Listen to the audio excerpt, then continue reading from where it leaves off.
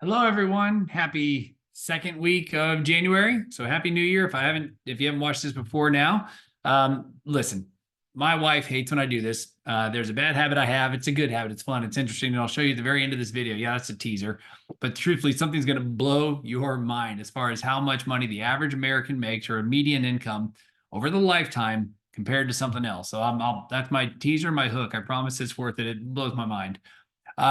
Mortgage stuff, guys. Rates still in the high sixes. You can kind of see they've been bouncing around. This is from Mortgage News Daily. You can see that we've kind of been sideways. We had a good run, a really good run from mid-October on up. You can see that we've lost a little footing. So we went from mid sixes to, some of the high sixes, but we are holding. Today, inflation news came out, and by goodness, it wasn't great, but it was good enough to keep us in the green. So hopefully we'll keep up here by this 25-day moving average. The good news, guys, you see that blue line, the 200-day, really like the top one that's kind of flat. You see that aggressively increasing black line. That's always a positive sign for the future when that black line comes above the blue like that. That's awesome. So let's hope rates keep coming down. Along those lines, the information, the consumer price index, that's one of the measures of inflation. It got finally below, you see the bottom right, year over year, it's finally below 4%. So 3.9. So we're in the three handles. That is awesome. The Fed would love to see a two handle. We'll see how long it takes to get there, but check it out, guys. Rent, it is basically 10%, 9.6% of the core. It has been coming down. But I saw this, and this was an interesting couple graphs here. This was from the Wall Street Journal the other day. Why is this a good year to be a renter? I don't love seeing that article, but the reality is it does show that maybe that's helping inflation, right? So at least with inflation comes lower rates. But in theory, as a mortgage person, I'd like to see more people buy homes, and I think it's the right way to build wealth. But the reality is, you can see the asking rent is now 1717 as of November 23. You can see where it was, starting 2020, so pre-COVID, and just kind of what happened and where it went. A couple other things, landlords on the left.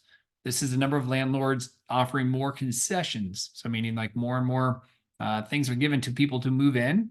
And then the number of rental units hitting the market, check out from 2020 to now, like that, just the building craze. So at some point when all these homes or all these multifamily apartment complexes get built, maybe that'll help with some of this housing shortage we have. So not a great year, but here's something else regarding the inflation and the CPI. You guys can see these vertical shaded areas are recessions. And in most cases, you'll see they're typically happening when the big drop occurs from inflation. Well, guess what? Look at the one on the far right. There's no graph yet, but remember, those recessions are always declared like after you're already in one. So who knows? Maybe we're in or going towards one. It's always that soft landing. However, next slide shows that the counterpoint, this is unemployment rate. Unemployment's still really, really low, right? In terms of just people are getting jobs. I know some are losing, but there are still people out there hiring. And it's hard to have a recession if people can still get jobs. So we'll see who wins this tug of war. The good news, basically since the survey was launched by Fannie Mae, that people believe, more homeowners than not, believe rates will go down. So that's good. So if you got somebody out there thinking about buying a home, feel free to share this with them.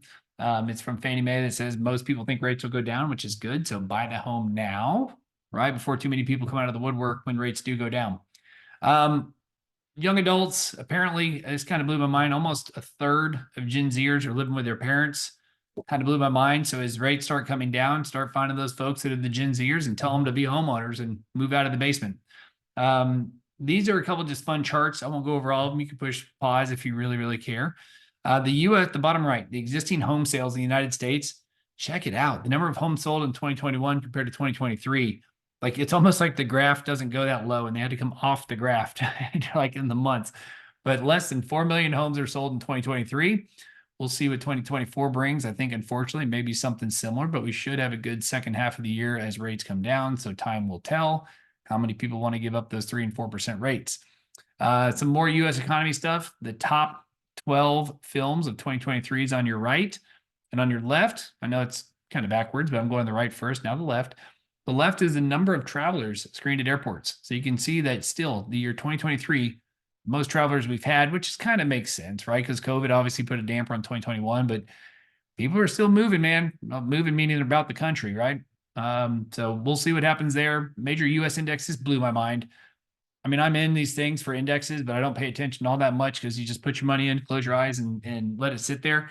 43% gain last year.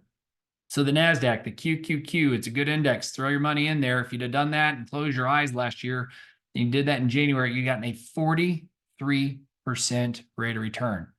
For those that don't know, the average rate of returns, depends on if you reinvest dividends or not, is anywhere between 7 and 10% annually. So you just went up 43% if you invested in the NASDAQ last year. The S&P 500, 24 freaking percent. The Dow Jones, the worst of them all, which is 30 different stocks, 13.7. So all three exceeded expectations for performance last year. So again, guys, if you're not invested, which there's a slide here coming up to show you, get invested. Bitcoin, I'm not in it. Maybe I should be. You guys can see what it's done this year from 2023 up to, what is that? I don't know, just 15, probably about 16, 17, 18,000 beginning of the year to now 42. Daggum. So good for you if you're in Bitcoin. Couple other things, as I mentioned earlier about stocks, percentage of households owning stocks. It's really high over the multi-decade. So this is from Wall Street Journal. So if you look from 1989 to now, not quite, but creeping up on 60% of homes own U.S. stocks. That is good.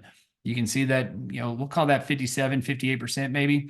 Retirement accounts, about the same percentage of people have retirement accounts. So if you're not investing in your 401k, you should. If you would have put $1,000 in last year in January, you'd have had 430% if you were in the NASDAQ. So invest.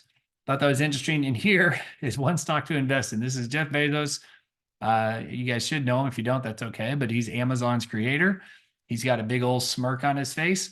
And remember, the guy got divorced here last year or two, and so he had to split up a lot of his money. But get this, guys, right here in the first paragraph, he earned $8 million an hour. So let me say that again. 7.99, big deal. $8 million per hour last year. So $191 million a day. So he apparently last year made $70 billion. I know these are it's just mind blowing. Caroline, my wife, hates it when I do that just because she's like, who cares? I'm like, I care. It's just fun to say that. And the median lifetime earnings of a typical U.S. worker is 1.7 million. So the lifetime, you can work all your life. If the median lifetime of an American worker is 1.7 million, the dude made that in I think it was 13 minutes, 12.76 minutes. God bless America. It's disgusting. It is what it is. But the reality is that's just insane. So guys, I pushed the wrong button and now I can't figure out how to get my Zoom back. I'll do that now. You guys call me if you need us. We appreciate you. We'll be around this weekend. As always, when you think mortgage, there we go. There's my button. When you think mortgage, think Mark, and have a great week, guys. Bye.